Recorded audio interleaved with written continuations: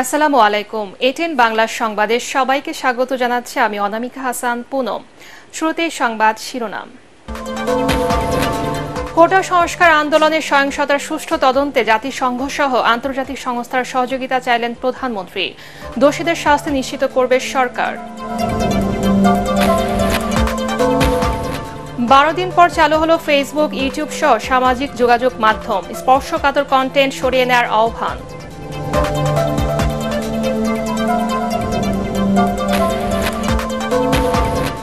জামায়াত নিষিদ্ধের বিষয়টি প্রক্রিয়াধীন, যে কোনো সময় প্রজ্ঞাপন।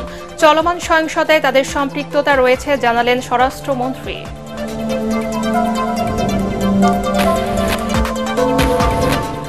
কোটা আন্দোলনে 16 শিশু নিহতের ঘটনায় বিচার বিভাগীয় তদন্ত কমিশন ও ক্ষতিপূরণ চেয়ে হাইকোর্টের রিট। পিছিয়ে গেল আরেক রিটের শুনানি। এবং কাল থেকে স্বল্প দূরত্বে ট্রেন চালানোর সিদ্ধান্ত। ঢাকা সহ 12 মহানগরী ও নরসিংদী পৌর এলাকা বাদে সারা দেশের প্রাইমারি স্কুল খুলবে 4 আগস্ট। শুনছিলেন সংবাদ শিরোনাম, এবারে বিস্তারিত। কোটা সংস্কার আন্দোলনকে ঘিরে সহিংসতার সুষ্ঠু তদন্তে জাতিসংঘ সহ আন্তর্জাতিক সংস্থার সহযোগিতা চেয়েছেন প্রধানমন্ত্রী শেখ হাসিনা। রাজধানীতে মৎস্য সপ্তাহ উদ্বোধন অনুষ্ঠানে তিনি বলেন, দোষীদের আইনের আওতায় এনে শাস্তি নিশ্চিত করতে চায় সরকার। যারা দেশের ভাবমূর্তি যারা নষ্ট করেছে তাদের বিচার জনগণকেই করতে হবে বলে জানান প্রধানমন্ত্রী। বিস্তারিত আপিল মাহমুদের রিপোর্টে। বিশ্বের প্রায় 50টি দেশে মৎস্য ও মৎস্যজাত পণ্য রপ্তানি করে বাংলাদেশ। চীনকে টপকে মিঠা পানির মাছ উৎপাদনে বিশ্বে দ্বিতীয় স্থান অর্জন করেছে দেশ। মৎস্য খাতকে আরও সামনের দিকে এগিয়ে নিতে রাজধানীর বঙ্গবন্ধু আন্তর্জাতিক সম্মেলন কেন্দ্রে জাতীয় মৎস্য সপ্তাহ উদ্বোধন অনুষ্ঠানে যোগ দেন প্রধানমন্ত্রী শেখ হাসিনা। মাছ উৎপাদনে বিশেষ অবদানের স্বীকৃতি হিসেবে জাতীয় মৎস্য পদক তুলে দেন 22 ব্যক্তি ও প্রতিষ্ঠানকে। গভীর সমুদ্রে মাছ আহরণ বাড়ানোর পাশাপাশি জনগণের পুষ্টি নিশ্চিতে সরকারের উদ্যোগের কথা জানান প্রধানমন্ত্রী। কোটা আন্দোলনকে ঘিরে নিহতদের প্রতি সমবেদনা জানিয়ে প্রধানমন্ত্রী বলেন, শিক্ষার্থীদের দাবি মেনে নেওয়ার পরেও নাশকতা চালিয়ে দেশকে পেছনের দিকে নিয়ে যাওয়ার ষড়যন্ত্রে নেমেছে স্বাধীনতা বিরোধী শক্তি। আমি জানি না অপরাধটা কি ছিল আমাদের, যে ইস্যুটা নেই সেটা নিয়েই আন্দোলনের নামে এই ধ্বংসাত্মক কার্যকলাপগুলি, দেশের অর্জনকে নষ্ট করা, আন্তর্জাতিকভাবে বাংলাদেশের ভাবমূর্তি নষ্ট করা, কে কি অর্জন করলো সেটাই আমার প্রশ্ন। আমার কাছে ক্ষমতা তো ভোগের বস্তু না, আমি তো আয়াস আরাম করার জন্য ক্ষমতা আসিনি। আমি দিন রাত অক্লান্ত পরিশ্রম করেছি বাংলাদেশটাকে একটু উন্নত করতে, এবং সেটা আমি সফলভাবে করতে পেরেছি। আজকে বাংলাদেশ বিশ্ব উন্নয়নের রোল মডেল, সেই মর্যাদাটাকে কেন নষ্ট করা হলো সেটা বিচারের ভার আমি আপনাদের কাছে, দেশবাসীর কাছেই দিচ্ছি। নাশকতায় জড়িতদের সাজা নিশ্চিত করতে বিচার বিভাগীয় তদন্ত কমিশনে বিচারপতির সংখ্যা বাড়ানো হয়েছে বলেও জানান তিনি। আজকে আবার আমি নির্দেশ দিয়েছি, আমরা একজন জজ সাহেবকে দিয়ে করেছিলাম, সেখানে আমি বলেছি আরও 2জন জজ সাহেব দিয়ে আরও 2জন লোকবল বৃদ্ধি করে দিয়ে এবং তার তদন্তের পরিধি বাড়ানো। সেই সঙ্গে আমরা জাতিসংঘের কাছে আবেদন করেছি। আমরা আন্তর্জাতিকভাবে বিভিন্ন সংস্থা আছে, বিশেষ করে বিদেশে, তাদের কাছে আমরা সহযোগিতা চাই যে এই ঘটনার যথাযথ সুষ্ঠু তদন্ত এবং যারা এর সঙ্গে দোষী তাদের সাজার ব্যবস্থা। এ সময় জাতীয় মৎস্য সপ্তাহ উদ্বোধন করেন প্রধানমন্ত্রী। এদিকে জাতীয় মৎস্য সপ্তাহ উপলক্ষে গণভবন লেকে বিভিন্ন জাতের মাছের পোনা অবমুক্ত করেন প্রধানমন্ত্রী শেখ হাসিনা। এ সময় মৎস্য ও প্রাণী সম্পদ মন্ত্রী সহ ঊর্ধ্বতন কর্মকর্তারা উপস্থিত ছিলেন। Appeal Mahmud, ATN Bangla, Dhaka. সাম্প্রতিক কোটা সংস্কার আন্দোলন চলাকালে নৈরাজ্যবাদীরা দেশে শ্রীলঙ্কার মতো তাণ্ডব সৃষ্টির চেষ্টা করেছিল বলে জানিয়েছেন প্রধানমন্ত্রী শেখ হাসিনা। ঢাকায় নিযুক্ত ভারতীয় হাই কমিশনার প্রণয় ভার্মা গণভবনে সাক্ষাৎ করলে প্রধানমন্ত্রী বলেন, নৈরাজ্যবাদীরা সরকার পতনের পরিকল্পনা করেছিল। কোটা সংস্কারকে কেন্দ্র করে সৃষ্ট সংঘর্ষ ও ভাঙচুরের ঘটনা মোটেও স্বাভাবিক আন্দোলন নয়, বরং এক পর্যায়ে তা সন্ত্রাসী হামলায় পরিণত হয় বলে মন্তব্য করেন তিনি।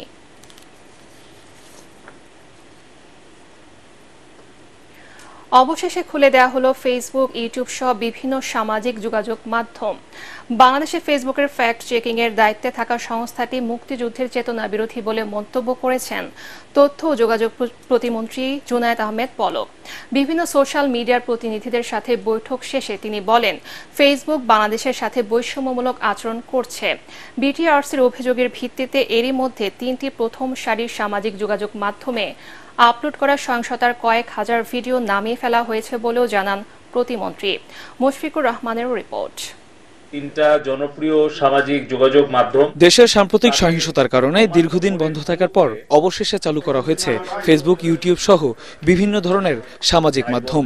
আগারগাঁয়ের বিটিআরসি ভবনে এক সংবাদ সম্মেলনে তথ্য ও যোগাযোগ প্রতিমন্ত্রী জুনায়েদ আহমেদ পলক বলেন, ই কমার্স উদ্যোক্তা ও ফ্রিল্যান্সার সহ বৃহৎ স্বার্থের কথা বিবেচনা করে সোশ্যাল মিডিয়ার বিধিনিষেধ তুলে দেওয়ার সিদ্ধান্ত নেওয়া হয়েছে।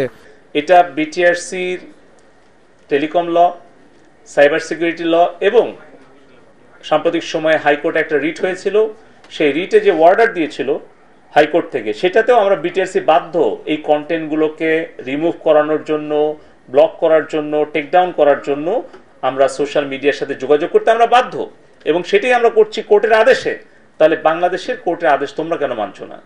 প্রতিমন্ত্রী বলেন, 14 জুলাই থেকে 24 জুলাই পর্যন্ত সহিংসতার ভিডিওর ব্যাপারে বাংলাদেশের সাথে বৈষম্যমূলক আচরণ করেছে ফেসবুক। তিনি আরো বলেন, ভার্চুয়াল মিটিংয়ে ফ্যাক্ট চেকিং এর ত্রুটির কথা স্বীকার করেছে ফেসবুক। তারেক জিয়ার ভেরিফাইড পেজ থেকে যে কিনা সাজাপ্রাপ্ত, যে কিনা পলাতক, সে বলছে হাসিনার খুনি বাহিনী আমাদের সন্তানদেরকে রাজপথে হত্যা করেছে। আপনারা বলেন এই প্রথম লাইনটা কোন কমিউনিটি স্ট্যান্ডার্ডে পড়ে? ইসরায়েলি বাহিনীর বিরুদ্ধে কোনো ইংলিশ, হিব্রু কিংবা যে কোনো বিশ্বের ভাষায় পোস্ট দিলে সেগুলো তাদের এআই টুল ব্লক করে, আইডেন্টিফাই করে। বাংলা কি ধরনের কিওয়ার্ড তোমরা ব্যবহার করছো যেগুলো প্রো এল বা pro Awami League, pro liberation, pro মুক্তিযুদ্ধ, বঙ্গবন্ধু, শেখ হাসিনা, এই ওয়ার্ডগুলো দিলে তোমরা আমাদের রিচ আউট কমিয়ে দিচ্ছ, আর আমাদের এগেনস্টে দিলে সেগুলো রিচ আউট বাড়ায় দিচ্ছ। পলক জানান, বিটিআরসির লিগ্যাল টিমের অভিযোগের ভিত্তিতে টিকটক থেকে 67%, ইউটিউব থেকে 20% এবং ফেসবুক থেকে 13% সহিংসতার ভিডিও সরিয়ে ফেলা হয়েছে। মুশফিকুর রহমান, এটিএন বাংলা, ঢাকা।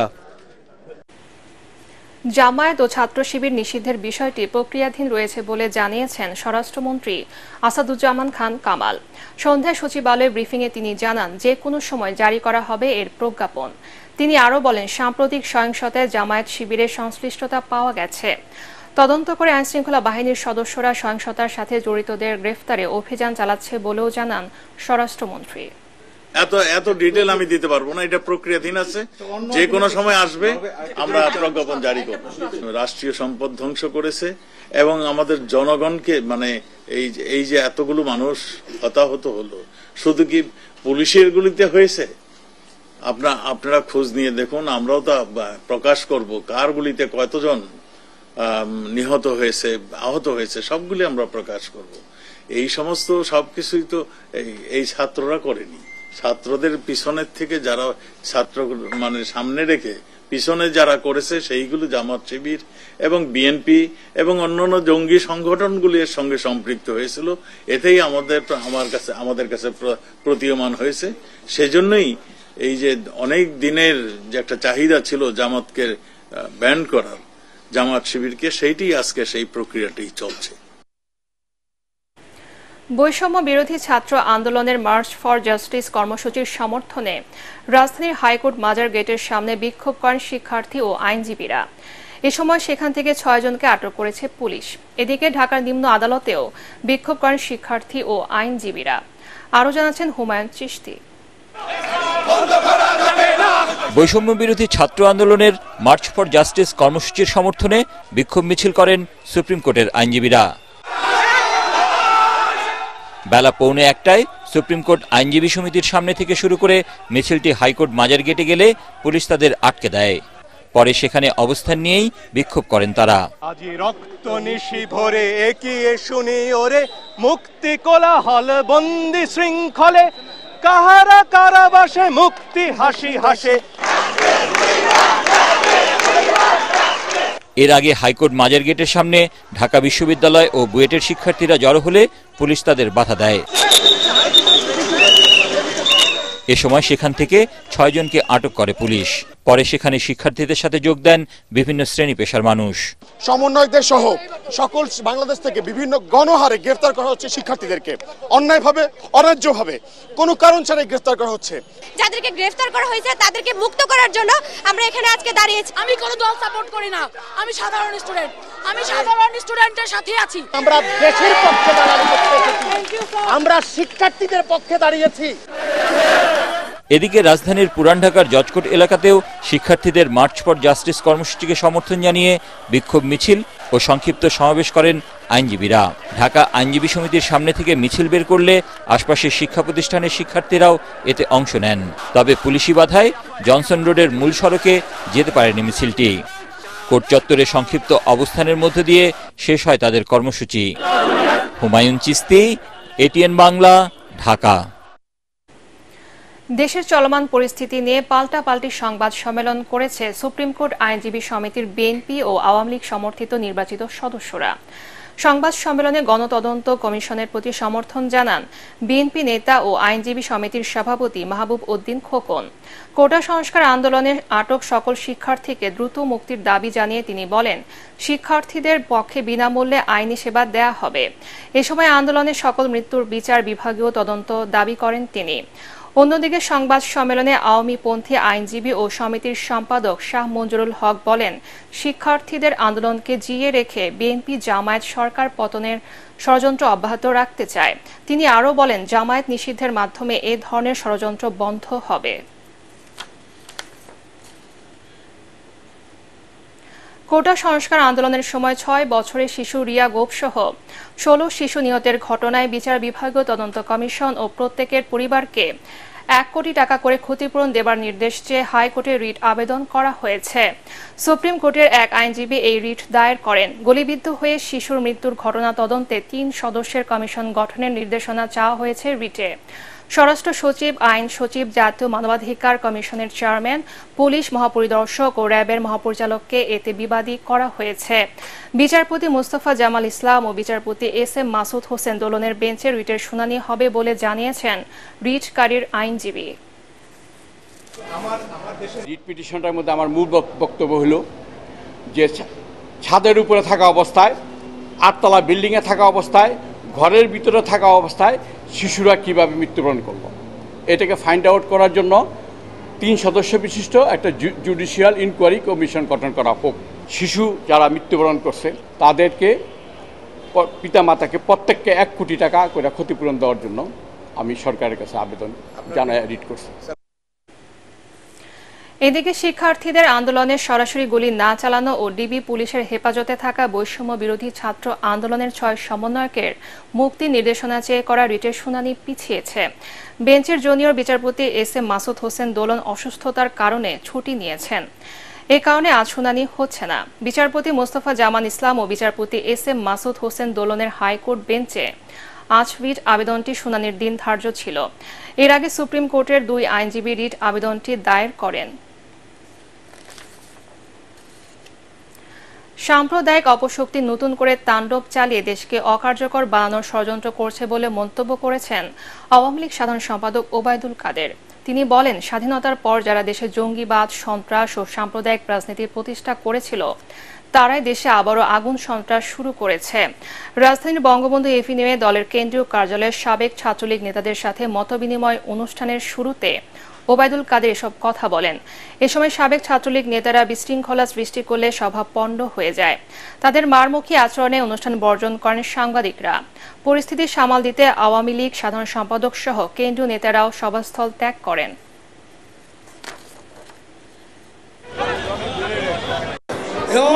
শক্তি স্বাধীনতা বিরোধী, মুক্তিযুদ্ধ বিরোধী, গণতন্ত্র বিরোধী এই অপশক্তিকে যে কোনো মূল্যে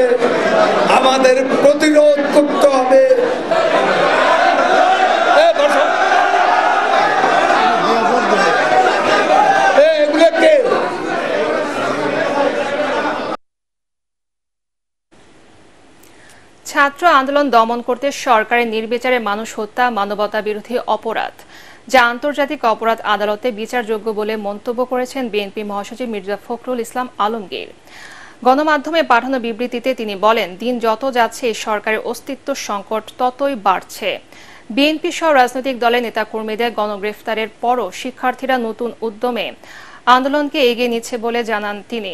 ডিবি কার্যালয়ে বৈষম্য বিরোধী ছাত্র আন্দোলনের 6 সমন্বয়ককে 4-5 দিন ধরে আটকে রাখা বেআইনি ও মানবাধিকারের চরম লঙ্ঘন বলেও বিবৃতিতে উল্লেখ করেন তিনি।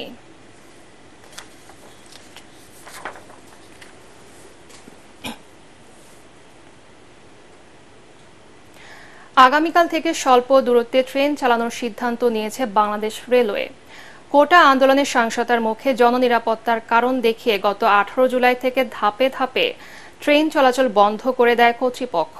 কাল থেকে কারফিউ শিথিলকালীন স্বল্প দূরত্বের ট্রেনগুলো চালানোর সিদ্ধান্ত হয়েছে, তবে এখনই দূরের যাত্রার ট্রেনগুলো চলাচল করবে না। এ নিয়ে রাজধানীর কমলাপুর রেলওয়ে স্টেশন ধোয়া মোছা ও পরিষ্কার পরিচ্ছন্নতার কাজ করছেন পরিচ্ছন্নতা কর্মীরা। এছাড়া রেল লাইনের কোন অংশে কোনো সমস্যা বা বিচ্যুতি রয়েছে কিনা তা পর্যবেক্ষণ করে দেখা হচ্ছে। আগামী 4 আগস্ট থেকে 12টি সিটি কর্পোরেশন ও নরসিংদী পৌর এলাকা ছাড়া সারা দেশের সরকারি বেসরকারি প্রাথমিক বিদ্যালয়ে শুরু হবে শিক্ষা কার্যক্রম। প্রাথমিক ও গণশিক্ষা মন্ত্রণালয় থেকে এক বিজ্ঞপ্তিতে এ তথ্য জানানো হয়েছে। এতে বলা হয়েছে, কারফিউর সময় বিবেচনায় রেখে জেলার প্রাথমিক শিক্ষা কর্মকর্তারা স্কুলের সময়সূচি নির্ধারণ করবেন। গত 20 জুলাই থেকে সারা দেশে কোটা আন্দোলনকে ঘিরে সহিংসতার জেরে বন্ধ করে দেওয়া হয় সরকারি বেসরকারি সব প্রাথমিক বিদ্যালয়ের শিক্ষা কার্যক্রম। পুলিশের বাধায় রাজধানীতে সমাবেশ করতে পারেনি গণতন্ত্র মঞ্চ। তাৎক্ষণিকভাবে বিজয়নগর এলাকার ফুটপাতে দাঁড়িয়ে নেতারা বলেন, ছাত্র জনতার উপর গণহত্যা চালিয়ে গণ আন্দোলন দমন করা যাবে না। গণতন্ত্র মঞ্চের অন্যতম নেতা সাইফুল হক বলেন, জামায়াত শিবিরের রাজনীতি নিষিদ্ধ করার নামে সরকার গণহত্যা ধামাচাপা দিতে চাইছে।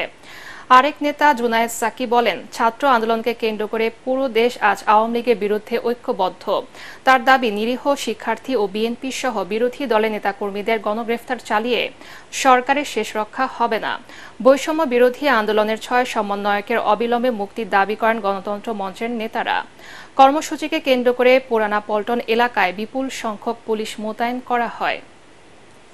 আমরা পরিষ্কার এই দেশের 53 বছরের ইতিহাসে সমস্ত রাষ্ট্র শক্তিকে ব্যবহার করে আমাদের সন্তানদেরকে, আমাদের শিশু সন্তানদেরকে এইভাবে হত্যা করার কোনো নজির, বাড়িতে গুলি করে হত্যা করার কোনো নজির আমরা দেখিনি।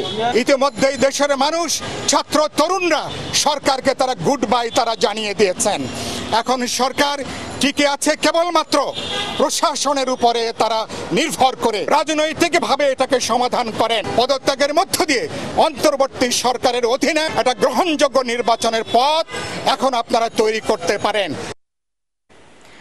দেশ অস্তিত্ব সংকটে পড়েছে দাবি করে নাগরিক সমাজের নেতারা বলেছেন, এই সংকট কাটাতে সরকারকে আরও কঠোর হতে হবে। জাতীয় প্রেস ক্লাবের সম্মিলিত নাগরিক সমাজের উদ্যোগে আয়োজিত আলোচনা সভায় অর্থনীতিবিদ ডক্টর কাজী খলিকুজ্জামান আহমেদ বলেন, কোটা আন্দোলনকারীদের যারা ধ্বংসের পথে পরিচালনা করছে তাদের গোড়া থেকে নির্মূল করতে হবে। জামায়াতকে নিষিদ্ধ করার পাশাপাশি তাদের অঙ্গ সংগঠন ও ব্যবসায়িক প্রতিষ্ঠানগুলোকেও বন্ধ করার পরামর্শ দেন তিনি। এখন আমাদের অস্তিত্বের সংকট। অস্তিত্ব মানে মুক্তিযুদ্ধের চেতনায় যে দেশ করব, সেই অস্তিত্বের আমরা সংকটে আছি। সার্বিকভাবে আস্থার পরিবেশ তৈরি করতে হবে। সেটা করতে হলে মুক্তিযুদ্ধের চেতনায় যারা বিশ্বাস করে সকল গোষ্ঠীকে এক করে এগিয়ে যেতে হবে। আল আরাফা ইসলামী ব্যাংক অর্থ সংবাদ।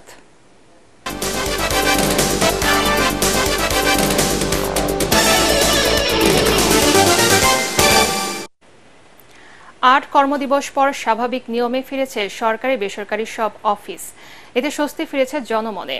সচিবালয় সহ অফিস পাড়ায় এদিন ভিড় বাড়লেও এখনো পুরোদমে ব্যস্ততা বাড়েনি দাপ্তরিক কাজে। ব্যাংকগুলোতে টাকা জমা ও উত্তোলনের ভিড় রয়েছে।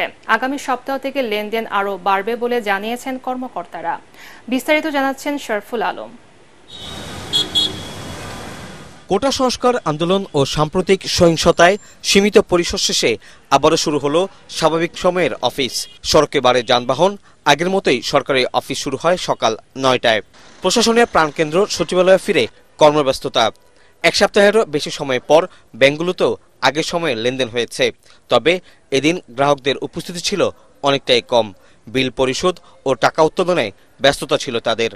টাকার দরকার, কিছু টাকা আসছে আর কি। ইন্ডিয়া যাওয়ার জন্য এটা ওই টোকেন নেওয়ার জন্য আমরা আসছি। তেমন ভিড় নাই, কম সময় আমরা টাকা তুলতে পারছি। স্বাভাবিক সময়ে কর্মস্থলে ফিরেছে প্রাণচাঞ্চল্য। জীবন জীবিকার তাগিদে নিত্যদিনের কাজে ব্যস্ত নগরবাসী।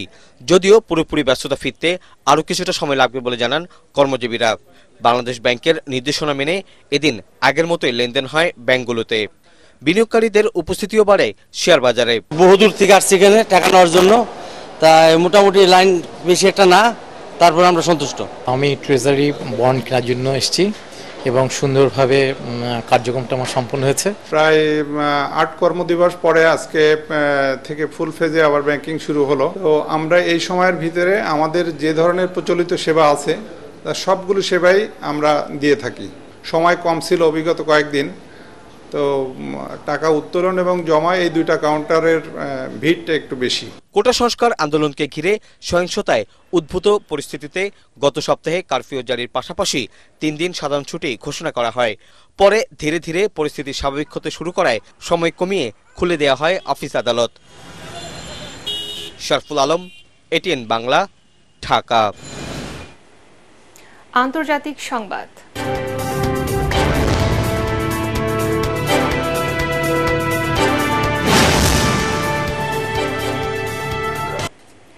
ফিলিস্তিনের স্বাধীনতাকামী সশস্ত্র গোষ্ঠী হামাসের প্রধান ইসমাইল হানিয়া ও তার দেহরক্ষী ইরানে নিহত হয়েছেন। রাজধানী তেহরানে একটি আবাসস্থলে তাদের হত্যা করা হয় বলে জানিয়েছে দেশটির রাষ্ট্রীয় গণমাধ্যম। ইরানের নতুন প্রেসিডেন্ট মাসুদ পেজেশকিয়ানের শপথ অনুষ্ঠানে যোগ দিতে হামাস নেতা ইসমাইল হানিয়া তেহরান অবস্থান করছিলেন। এই হত্যাকাণ্ডের জন্য ইসরায়েলকে দায়ী করেছে হামাস। আরও জানাচ্ছেন শরীফুল ইসলাম। দখলদার ইসরায়েলদের হাত থেকে ফিলিস্তিনকে রক্ষায় নানা সংগ্রাম করে আসছিলেন হামাস নেতা ইসমাইল হানিয়া। এজন্য কাতার, ইরান সহ মুসলিম দেশগুলোর শীর্ষ নেতাদের সঙ্গে করেছেন বহুদিন দরবার, কিন্তু শেষ রক্ষা হলো না এই যোদ্ধার। দুদিন আগেই কাতার থেকে ইরানে গিয়েছিলেন ইসমাইল হানিয়া। উদ্দেশ্য ছিল ইরানের নতুন প্রেসিডেন্টের শপথ অনুষ্ঠানে যোগ দেবেন, কিন্তু তেহরানের একটি আবাসিক ভবনে অবস্থানকালে তাকে এবং তার দেহরক্ষীকে হত্যা করা হয় বলে জানিয়েছে ইরানের বিপ্লবী গার্ড। তবে কিভাবে এই হামলা হয়েছে বিস্তারিত জানায়নি ইরান সরকার। ইসমাইল হানিয়া হামাসের রাজনৈতিক শাখার প্রধানের পদে থাকলেও তাকেই বলা হয় এই গোষ্ঠীর শীর্ষ নেতা। ৮০ দশকে হামাসের উত্থানকালে ফিলিস্তিনি সুন্নি মুসল্লিদের এই রাজনৈতিক ও সামরিক আন্দোলনের সামনের কাতারে ছিলেন ইসমাইল হানিয়া। ১৯৮৯ সালে তাকে ৩ বছরের কারাদণ্ড দেয় ইসরায়েল। এরপর ১৯৯২ সালে আরও কয়েকজন হামাস নেতার সঙ্গে হানিয়াকে ইসরায়েল ও লেবানন সীমান্তের শূন্য রেখায় ছেড়ে দেয় ইসরায়েল কর্তৃপক্ষ।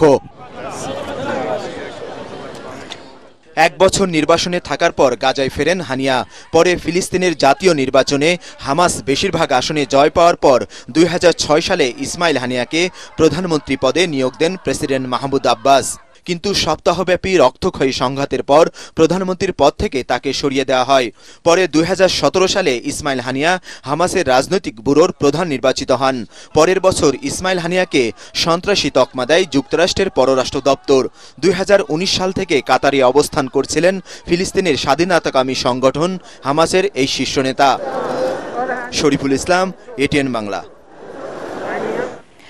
রাজধানীর কল্যাণপুরের মিজার টাওয়ারে একটি ফ্ল্যাট থেকে ১৬টি ককটেল উদ্ধার করেছে পুলিশের বোম ডিসপোজাল ইউনিট। খবর পেয়ে বিকেলে ওই ভবনের ৫ তলার বাসার সিলিংয়ে রাখা কাগজের বাক্স থেকে একে একে বের করা হয় অবিস্ফোরিত ককটেলগুলো। যদিও ওই ভবনে গিয়ে কাউকে পায়নি পুলিশ। বোম ডিসপোজাল ইউনিটের পরিদর্শক মোদাসের কায়সার জানান, পুলিশের দেয়া তথ্যের ভিত্তিতে ওই বাসায় গিয়ে ককটেল পান তারা।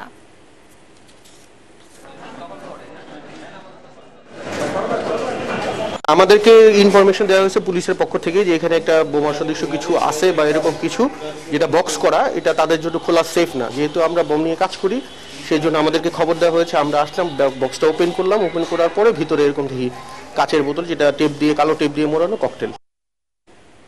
পার্টেক্স খেলার খবর।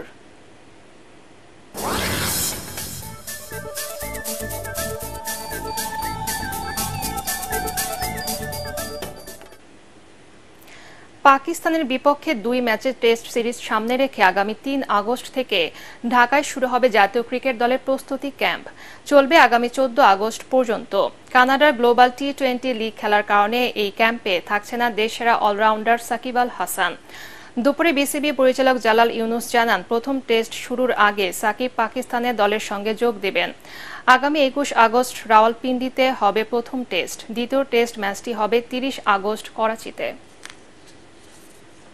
আশা করি সে হয়তো হয় সরাসরি সে দুবাই থেকে চলে যাবে যদি সময় না থাকে, অথবা তাকে বলা হয়েছে যে সে ঢাকা থেকে এসে 2-1 দিন প্র্যাকটিস করে তারপরে টিমের সাথে যোগ করে একসাথে যাওয়ার জন্য। তো ওকে আমরা এই পাকিস্তান সিরিজে পাওয়া যাবে। প্যারিস অলিম্পিকের 5ম দিনে জাপানকে সরিয়ে পদক তালিকার শীর্ষে উঠে এসেছে চীন। এদিকে নারীদের ট্রায়াথলে প্রথমবারের মতো অলিম্পিক পদক জিতল ফ্রান্স। তাতে 6টি স্বর্ণসহ মোট 20টি পদক জিতে তালিকার তৃতীয় স্থানে উঠে এসেছে স্বাগতিকরা। পরাগ আরমানের রিপোর্ট। সেইন নদী দূষণের কারণে ট্রায়াথলন হয় কি হয় না শঙ্কা ছিল ঠিকই, তবে সব শঙ্কা উড়িয়ে দিয়ে শেষ পর্যন্ত ট্রায়াথলন হলো। আর নারী বিভাগে স্বাগতিক ফ্রান্সকে সোনার পদক এনে দিলেন কাসান্দ্রে বিউগ্রান্ত। অলিম্পিক ট্রায়াথলনে এটাই প্রথম সোনার পদক জয় ফ্রান্সের। সুইজারল্যান্ডের জুলি ভেরন রূপা আর ব্রিটেনের বেথ পটার ব্রোঞ্জ জয় করেন। টোকিওর পর প্যারিস, টানা দ্বিতীয়বার পুরুষ সাঁতারে 4x200 মিটার ফ্রিস্টাইল রিলেতে স্বর্ণ জিতেছে যুক্তরাজ্য। যুক্তরাষ্ট্র রূপা আর ব্রোঞ্জ জেতে অস্ট্রেলিয়া। অলিম্পিক সাঁতারে সোনার পদক কখনো জেতেনি আয়ারল্যান্ড। পুরুষ 800 মিটার ফ্রিস্টাইলে নতুন অলিম্পিক রেকর্ড গড়ে আইরিশদের সেই আক্ষেপ ঘোচালেন ড্যানিয়েল উইফ্রেন। আগেরবারের চ্যাম্পিয়ন যুক্তরাষ্ট্রের ববি ফিঙ্ক জেতেন রূপা। নারীদের 100 মিটার ব্যাক স্ট্রোকে টোকিওর মতো প্যারিসেও নতুন অলিম্পিক রেকর্ড করে সোনার পদক ধরে রাখলেন অস্ট্রেলিয়ার কাইলি ম্যাকিওন। রূপা জিতেছেন বিশ্ব রেকর্ডধারী যুক্তরাষ্ট্রের রিগান স্মিথ, আর ব্রোঞ্জ জয় করেন মার্কিন সাঁতারু ক্যাথরিন বারকফ। ট্র্যাপ শুটিংয়ে সোনা জিতেছেন যুক্তরাজ্যের নাথান হেলস। এই ইভেন্টে রূপা জয় করেন চীনের ইং।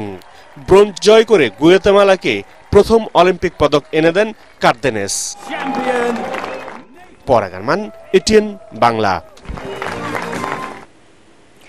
শেষ করার আগে সংবাদ শিরোনাম আরেকবার। কোটা সংস্কার আন্দোলনের সহিংসতার সুষ্ঠু তদন্তে জাতিসংঘ সহ আন্তর্জাতিক সংস্থার সহযোগিতা চাইলেন প্রধানমন্ত্রী। দোষীদের শাস্তি নিশ্চিত করবে সরকার। 12 দিন পর চালু হলো ফেসবুক, ইউটিউব সহ সামাজিক যোগাযোগ মাধ্যম। স্পর্শকাতর কন্টেন্ট সরিয়ে নেওয়ার আহ্বান।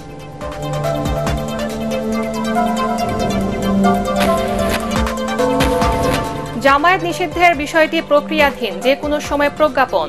চলমান সহিংসতায় তাদের সম্পৃক্ততা রয়েছে জানালেন স্বরাষ্ট্রমন্ত্রী।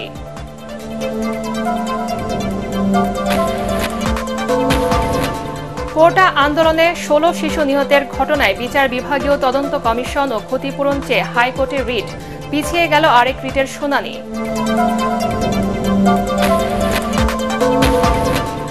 এবং কাল থেকে স্বল্প দূরত্বে ট্রেন চালানোর সিদ্ধান্ত। ঢাকা সহ 12 মহানগরী ও নরসিংদী পৌর এলাকা বাদে সারা দেশের প্রাইমারি স্কুল খুলবে 4 আগস্ট।